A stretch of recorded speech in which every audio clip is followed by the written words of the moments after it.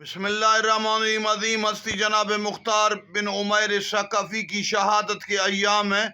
अज़ीम हस्ती थे इमाम हुसैन ने करबला में याद किया। इलाही शरीफों में इनकी तारीफ़ आइम्मा ने तारीफ़ की। इन्होंने बड़ा काम किया। इमाम हुसैन के दुश्मनों को चुन चुन कर मारा, इंतकाम लेकर सादात को ठंडक दी।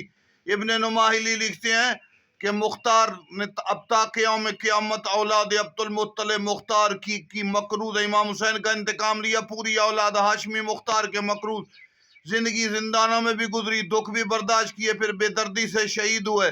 मैं मौला हुसैन ने प्यास बर्दाश्त की, इन्होंने भी कुछ प्यास बर्दाश्त की। फिर एक ऐसा वक्त आया, इनको घेर लिया गया, दारुल मारा, तो फिर तनहा निकले। लोगों ने बेवफाई की, कोई तीर मारता है, कोई नेजा मारता है, कोई तलवार। कई अतराफ से बेदर्दी से शहीद हुए। मस्जिद कूफा में जहां अली शहीद हुए वहां शहीद हुए। मुख्तार अजीम भी थे, शहीद भी थे, मजलूम भी।